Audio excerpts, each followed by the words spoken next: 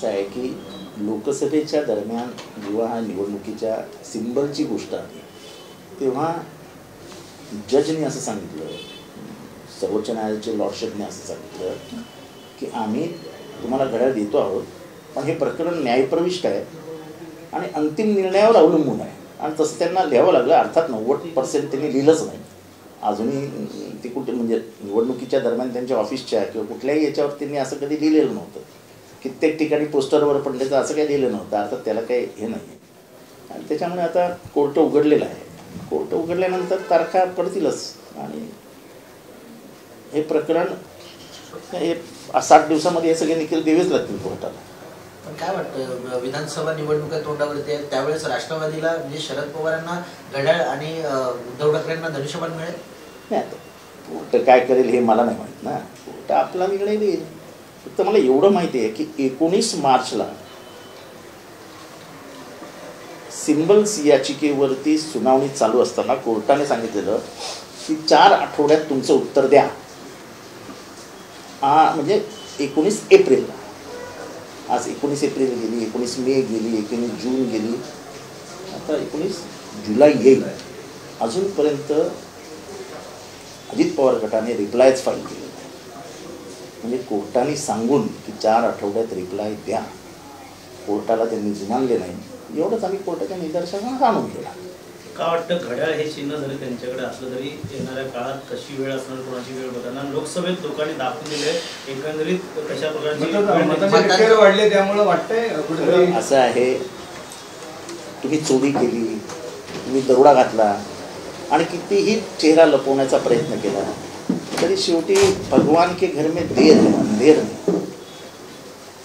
हे कायम आयुष्यात लक्षात ठेवा. भगवान के घर में देर है अंधेर नहीं. त्याच्यामुळे कालानुरूप न्याय मिळतोच. नियतीचा न्याय असतो तो काय येईल आता समजेलच आपल्याला. सर, जोगेश्वरी भूखंड घोटाळा प्रकरणी किरीट सोमय्या यांनी सारखा आवाज उठवला होता. रवींद्र वायकर यांच्यावरती ईडीने कारवाई देखील केलेली. मात्र शिंदे गटात जाऊन खासदार होताच त्यांना आता क्लीन चिट मिळालेली आहे. क्लोजर रिपोर्ट सादर केलेला आहे. वॉशिंग कंपनी आहे ना, निरमा वॉशिंग पावडर. दादांमध्ये देखील असेच आरोप होते. त्यांना निरमा वॉशिंग पावडर. अजून काय बोलायचं. पुण्यात देखील अनेक लोक आहेत नगरसेवक जे आता वाटवरती पवार यांच्याकडे. कसं बघतात? असं आहे की कोणी मनापासून गेलंच नव्हतं. सरकारमध्ये आहेत, आपल्याला त्रास होईल या भीतीपोटीच कार्यकर्ते गेले. कार्यकर्ते जे अनेक वर्ष साहेबांबरोबर आहेत ते साहेबांना मनापासून ओळखतात. साहेब माणूस कसा आहे, ते मनाने कसे आहेत, ते किती हळवे आहेत, ते कसे मदतीला धावून येतात. शरद पवार साहेब कधीच दाखवत नाही मदत केलेली, ह्याला केली त्याला केली. पण प्रत्येक कार्यकर्त्याला कुठे ना कुठे अनुभव आलेला असतो की साहेब मदत करतात आणि अगदी टोकाची मदत करतात. जसा मी इथे बसलो, मला माहिती आहे ना की कित्येक प्रसंगात मला कशी मदत केली. साहेब कधीच दाखवणार नाही, पण मी कृतज्ञ होऊच शकत नाही ना. मरेपर्यंत कृतज्ञता व्यक्त करण्यासाठी मला शब्दच नाही आहेत. आणि मी काही इतक्या काफर नाही की सगळं विसरून. माणूस की धर्म तर पाळायला पाहिजे. लाडकी बहीण योजना आणली, मात्र ॲप काही ठिकाणी चालत नाहीये, त्यामुळे महिला त्रस्त. असं आहे की पहिली गोष्ट, लाडकी बहीण योजना आणली, चांगलं केलं, खूप चांगलं केलं. आज इलेक्ट्रिसिटीच्या बिलमुळे अख्खं घर रडतं. इलेक्ट्रिसिटी बिल माफ करा ना, 300 युनिट फ्री करा ना शहरवासियांसाठी. म्हणजे त्यांचा खर्च कमी होईल. तुम्ही 1,500 रुपये देणार आणि बिल येणार 4,500 रुपये. जे बिल कधीतरी 2,000 रुपये 1,000 रुपये यायचं, ते कुठे जाणार आहे पैसे. औषधं महाग झाली आहेत, हॉस्पिटल्स महाग झाली आहेत, दूध महाग झालं आहे. 1,500 जाणार कुठे पैसे. योजना चांगली आहे, अप्रतिम योजना आहे. ही योजना त्यांनी मध्य प्रदेशमधून उचलली. मध्य प्रदेशमध्ये जे झालं ते मी महाराष्ट्राला सांगू इच्छितो. मध्य प्रदेशमध्ये योजना जाहीर केली, 2 महिने योजनेवर काहीच केलं नाही आणि आचारसंहिता कधी लागणार हे सरकारमध्ये सगळ्यांना माहीत असतं. आचारसंहिता लागण्याच्या 48 तास आधी सगळ्यांच्या बँकेत पैसे टाकले. हा म्हणजे कळत न कळत मतदारांवर प्रभाव टाकण्याचा प्रयत्न असतो. त्याच्यातलीच ही एक योजना आहे. पण आमच्या महिलांना भगिनींना मिळणार असेल चांगली गोष्ट आहे. फक्त ही देत असताना त्या महिला सुरक्षित राहतील एवढं जरा बघा. या पद्धतीने महिलांना मारलं जातंय, कोणी हातोड्याने मारतोय, कोण गोळ्या घालतोय. महाराष्ट्रामध्ये महिला सुरक्षित राहिल्या पाहिजे. एवढ्या सगळ्या योजना केल्या, 46,000 कोटीची योजना आहे. मागासवर्गीयांच्या OBC, BC, SC, ST, Maratha या सगळ्यांच्या स्कॉलरशिप काढलेल्या आहेत. एकालाही स्कॉलरशिप मिळत नाही आहे. त्यांना शिक्षणापासून वंचित का ठेवताय? आता काल आम्ही बोंबाबोंब केल्यानंतर मी, सुषमा अंधारे, वाणी, जयेश वाणी, काल त्यांचा प्रश्न सुटला. त्या 2 लाख विद्यार्थी ज्यांना तुम्ही बाहेर ठेवणार होतात पोलीस भरतीतनं, काल दुपारी तुम्हाला काढावं लागलं ना. तेच आधी काढलं असतं तर ह्यांना एवढं आंदोलन करावं लागलं नसतं ना. चंद्रपूर, गडचिरोलीहून पोरं आंदोलनासाठी आली होती. चला देर आहे दुरुस्त आहे, चांगला निर्णय घेतला, त्याबद्दल माननीय फडणवीस साहेबांचे अभिनंदन. सर, SABC जे काही विद्यार्थी आहेत ज्यांना मोफत उच्च शिक्षण देणार होते त्याचा अजून जीआरच काढलेला नाही. मागासवर्गीयांना जेवढं काही वंचित ठेवता येईल सगळ्यापासून ते वंचित ठेवण्याचं काम हे करत असतात. कारण की यांच्या डोक्यातच मनुस्मृती आहे.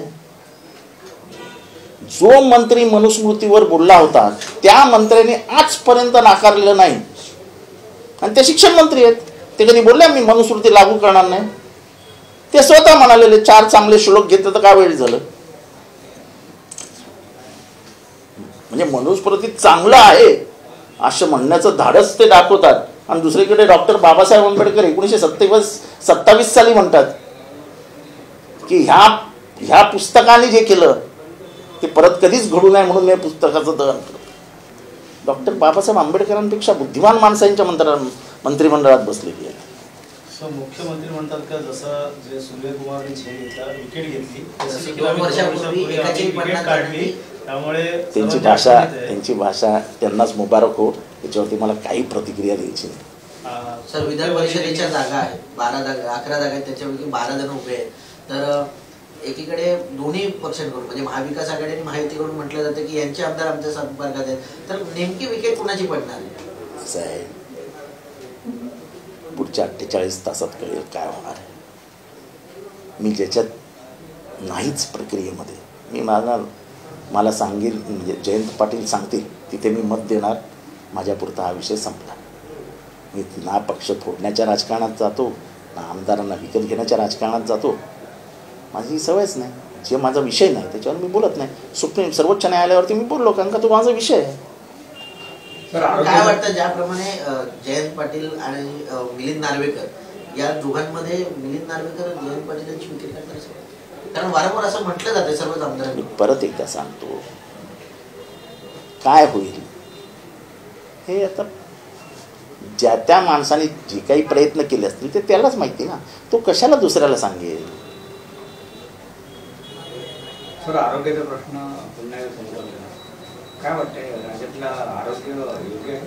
21 जण एका दिवसात मरतात आपल्याच हॉस्पिटलमध्ये, शिवाजी हॉस्पिटलमध्ये. काही महिन्यापूर्वी मीच एकदा प्रकरण उचललं होतं. 18 जण मेले होते. मेलेल्या बॉड्या पण तशाच त्या हॉस्पिटलमधल्या स्ट्रेचरवर टाकल्या होत्या, बेडच्या खाली टाकल्या होत्या आणि त्या इमर्जन्सी रूममध्ये काय म्हणतात, कॅज्युअलिटी नाही, ICU मध्ये ठेवल्या होत्या. हे सगळं मी त्यावेळेस तुम्हाला सगळ्यांना दाखवलेलं रंगेहात. तरी कारवाई झाली. कुठलाच ठपका ठेवला नव्हता त्यावेळेस. माळगावकर आणि बारोट हे त्याला कारणीभूत होते. माळगावकरला एवढं का लाडवून ठेवतात मला कळत नाही. म्हणजे सर्वात कमी माहिती असलेला माणूस आहे तो माळगावकर. मी आत्ता सांगतो, तपासात येते जाऊन. एवढं 300 किलो गांजा सापडला होता एका माणसाकडे. आणि असं स्ट्रिक्ट आहे की शिवाजी हॉस्पिटलमध्ये कुठल्याही कैदी आला तुम्ही ठेवू नका. मी नाव नाही सांगत कोण होता तो, पण तुम्ही जाऊन तपासा, विचारा त्यांना कुठल्या कैद्याला तुम्ही ठेवला होता. त्याने नाही सांगितलं तर मी तुम्हाला नाव सांग. 300 किलो गांजा त्याच्याकडे सापडला होता. तो कैदी तिथे होता, तो कैदी सुटला. पण म्हणजे याचा अर्थ माल दिलं की शिवाजी हॉस्पिटलमध्ये सगळं होतं. त्याचं नावच आहे ना मालगावकर. मालगावकरांचं असं म्हणणं आहे की ते ज्या सिव्हिल आली होती, असं आहे की प्रत्येक जण सिरियस असतो तेव्हाच हॉस्पिटलमध्ये जातो ना. तुम्हाला सर्दी होते तेव्हाच तुम्ही डॉक्टरकडे जाता ना, का जाता येतात चालेल डॉक्टरकडे जाऊन येऊ असं म्हणतात. डॉक्टर जीव वाचवतो म्हणून डॉक्टरला देव मानतात ना लोक. तुम्ही अशा प्रोफेशनमध्ये आहात की तुम्हाला देवाचा आशीर्वाद आहे, कारण का तो जीव वाचवतात असंच जगात बोललं जातं ना.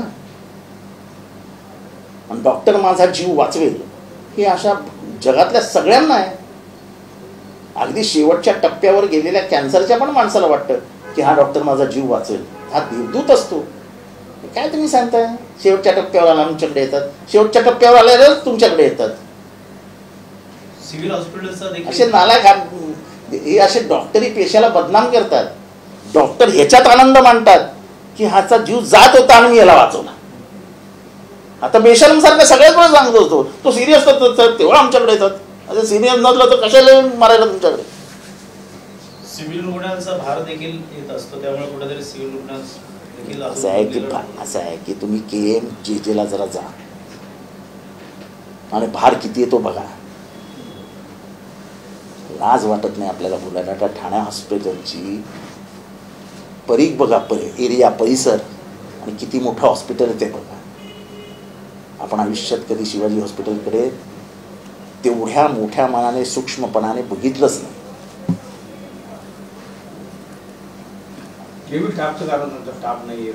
स्टाफ नाही तर भरा. सगळं कॉन्ट्रॅक्टवर चालू आहे ना ठाणे महानगरपालिकेत. कचरा कॉन्ट्रॅक्टवर, पाणी कॉन्ट्रॅक्टवर, वॉलमन कॉन्ट्रॅक्टवर, हा कॉन्ट्रॅक्टवर, तो कॉन्ट्रॅक्टवर. फक्त कमिशनर कॉन्ट्रॅक्टवर घ्यायचा राहिलाय, बाकी सगळे कॉन्ट्रॅक्टवर. खेळाडूंना कोट्यवधी रुपये देण्यात आले, इकडे शेतकरी आत्महत्या करतात, त्यामुळे असाही पैसे त्यांना क्रिकेटमध्ये मिळतात. असं आहे की या सरकारला पैसे उधळण्याची सवय आहे आणि त्यामुळेच महाराष्ट्र कर्जबाजारी झाला. खेळाडूंना मिळतील त्याच्याबद्दल काय मला आनंद नाही, पण ज्यांना खरोखरीच गरज आहे त्यांना सगळ्यापासूनच लांब ठेवतात. आज मी इलेक्ट्रिसिटीचं सांगतोय. इलेक्ट्रिसिटीमुळे सगळीकडे माणसं रडत आहेत आणि माणसं नको नको त्याला दोष देत आहेत. पण ह्या सरकारने गेल्या 1 वर्षात किती टक्क्यांनी युनिट वाढवलं. आजचं सरकारचं जे वागणं आहे, भारतातली सगळ्यात महागडी वीज घरगुती वापरासाठी ही महाराष्ट्रात विकली जाते. मी ट्विट केलंय बघा, गुजरातमध्ये 4 रुपये आहे. एवढं सगळं गुजरातमधनं बस आणलीत ना खेळाडूंना फिरवायला, तर गुजरातमधनं वीज पण घ्या 4 रुपयांनी. सर्वात घरात जास्त परिणाम करणारे काय असतं? वीज बिल, दुधाचं बिल, कडधान्याचं बिल, गहू तांदूळ आणि औषधं. हेच बिल असतं ना आपल्या घरात. आणि इलेक्ट्रिसिटी बिल.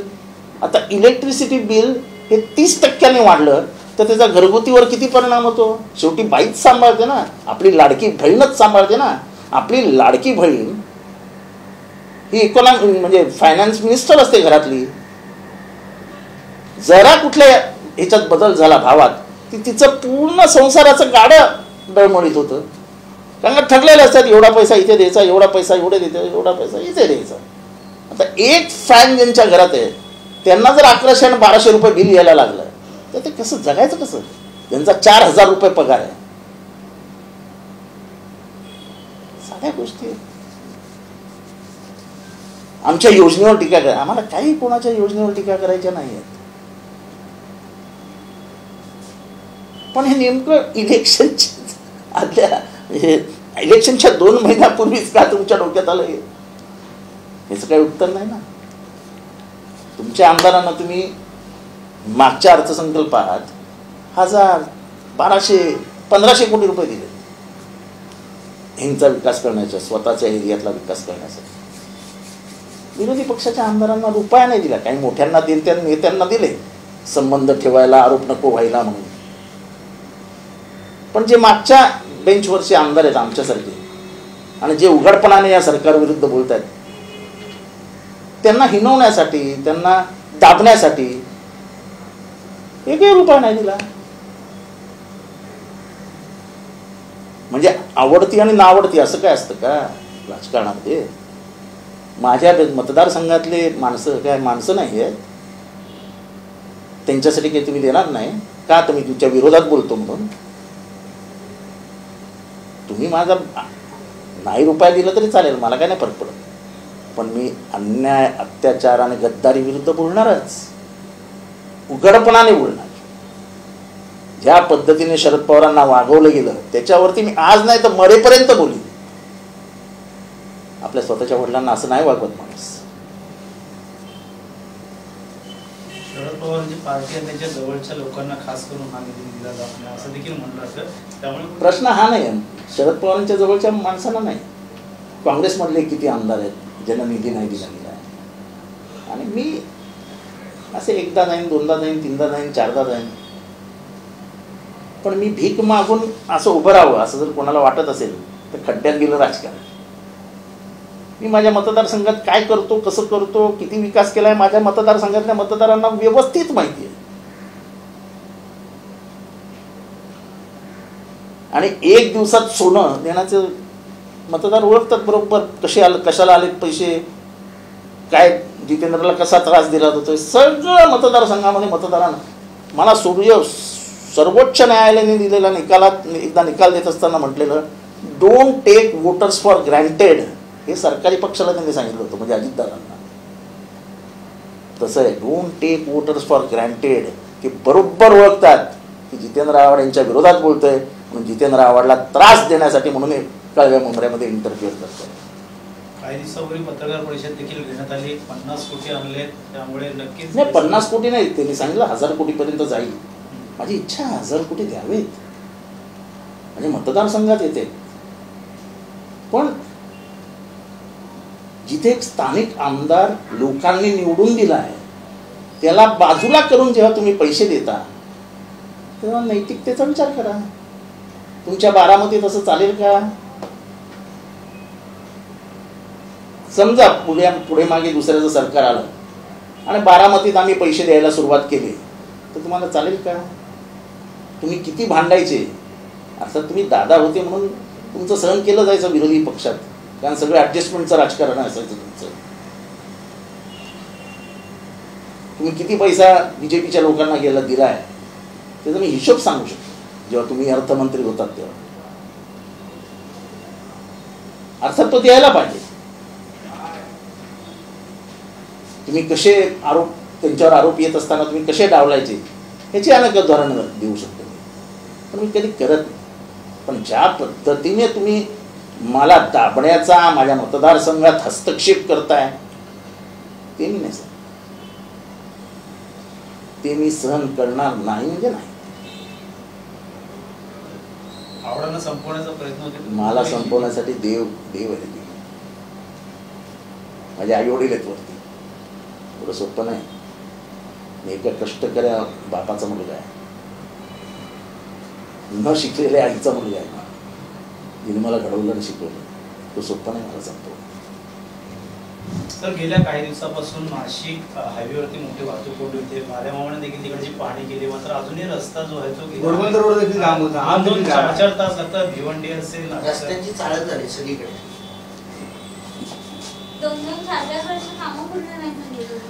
नाही ठाणे आहे ना. आता अजितदादांनी ठाण्याची बैठक लावली. मुख्यमंत्र्यांचं ठाणं आणि बैठक लावणार अजितदादा. अजितदादांना हीच सवय आहे, दुसऱ्याच्या मंत्रिमंडळातल्या दुसऱ्या मंत्र्यांच्या बैठका लावायच्या आणि त्या मंत्र्याला दबावाखाली ठेवायचं. आता बघूया एकनाथ शिंदे काय करतात. शिंदे साहेबांच्या ठाण्यामध्ये ट्रॅफिकवरनं मी तुमचा निर्णय करून देतो, काहीतरी करावंच लागेल, हे बदलावं लागेल, असं काल विधानसभेत बोललंय. म्हणजे जसं काय मुख्यमंत्री एकनाथ शिंदे अकार्यक्षम आहे असं त्यांना सांगायचं होतं.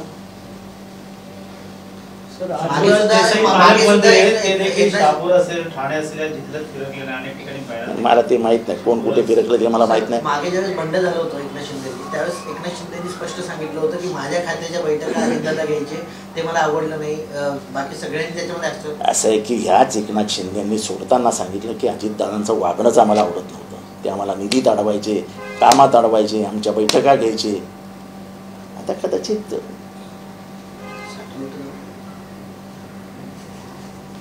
ऐकायला त्यांना कमी येत असेल किंवा त्यांनी असं हे एक डोळा बंद केला असेल, माहीत नाही. सर, वसई ते ठाणे प्रकल्पाला मंजुरी दिलेली आहे, जे टनलसाठी वसई ते ठाणे त्या प्रकल्पाची मंजुरी दिलेली आहे. असं आहे, अनेक मंजुऱ्या आता येतील, अनेक कॉन्ट्रॅक्टरशी ठरवून ठेवलं आहे की हे तुलाच देणार आहे आम्ही, त्याचे टेंडर्स निघतील, त्यांच्याकडनं ॲडव्हान्स घेतले जातील आणि त्याच्यावर विधानसभा निवडणुका लढवल्या जातील. अलिबाग, वसई ते अलिबाग जो नवीन कॉरिडॉर आहे, त्या कॉरिडॉरला अजून कुठलीही मंजुरी नाही आहे, कुठलीही मंजुरी नाही आहे. पण ह्यांची नवयुग नावाचा कोणतरी कॉन्ट्रॅक्टर आहे, त्याच्याशी बोलणी झाली आहेत. ह्यांची आपला हा कुठला कॉन्ट्रॅक्टर होता, या कळव्याचा ब्रिज कोणी झाला, हां, जे कुमारशी बोलणी झाली आहेत. अजून 3-4 नावं सांगतो, यांच्याशी सगळ्यांशी बोलणी झाली आहे. 7,500-8,000 कोटीचा काहीतरी प्रकल्प आहे, माहीत नाही मला किती कोटीचा, पण तिथे खोट्या अशा शेड्स उभारून ठेवलेल्या आहेत, खोटी घरं दाखवलेली आहेत आणि ह्याचा मोबदला करोडो रुपयांनी मिळणार आहे, करोड अब्ज रुपयावर जाणार आहे. सगळी सोय करून ठेवलेली आहे. मांजर दूध पिते, तिला वाटतं कुणालाच माहीत नाही, सगळ्यांना माहीत असते. हा सर्वात मोठा स्कॅम आहे.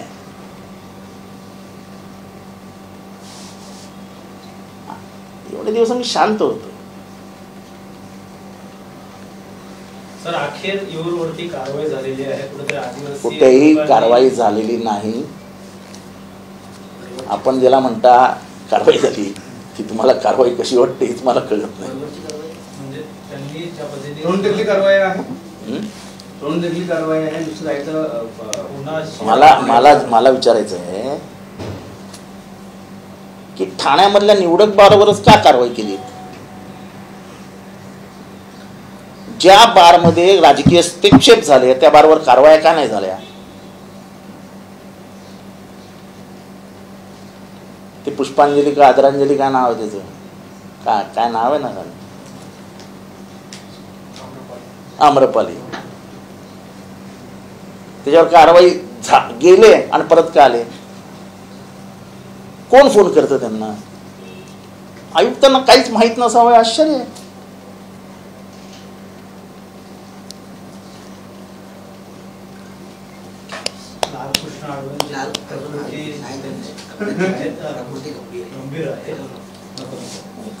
एक चांगला राजकारणी, ठीक आहे,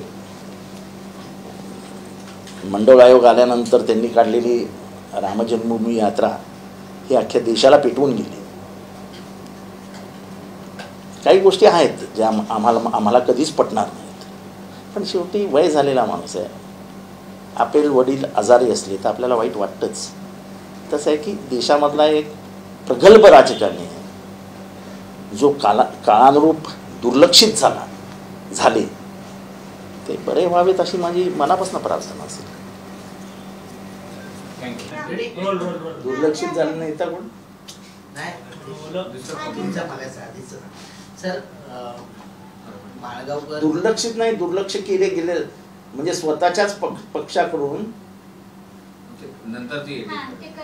स्वतःच्याच पक्षाकडून दुर्लक्ष झालेला हा प्रतिभावंत नेता आहे की ज्याने खरोखरच बीजेपीला चांगले दिवस आणून दिले. 2 वर्ण आजची जी बीजेपी आहे त्याचा निर्माते जर कोणी खरे असतील तर ते लालकृष्ण अडवाणी.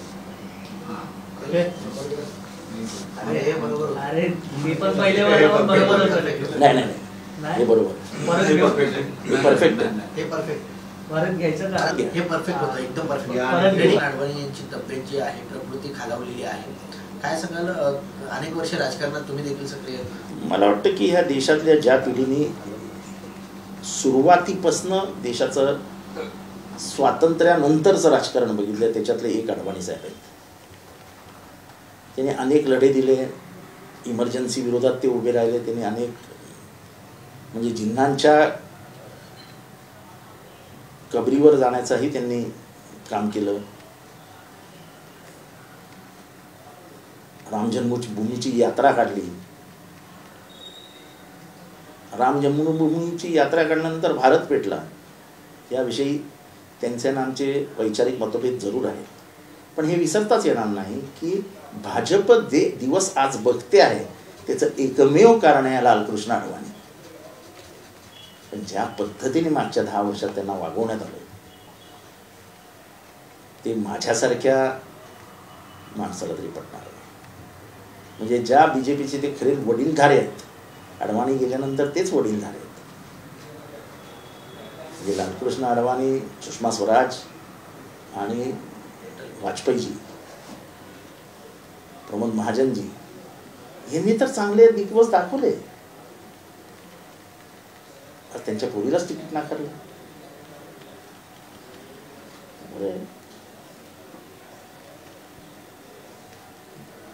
विसरण्याची जी काही सवय लागली. बीजेपीच्या मूळ कार्यकर्त्यांना न्याय मिळणार की नाही असा प्रश्न आता बीजेपीचे कार्यकर्ते स्वतःच विचारतात. उणीव उचलला, बाहेरचा घेतला, बनवला.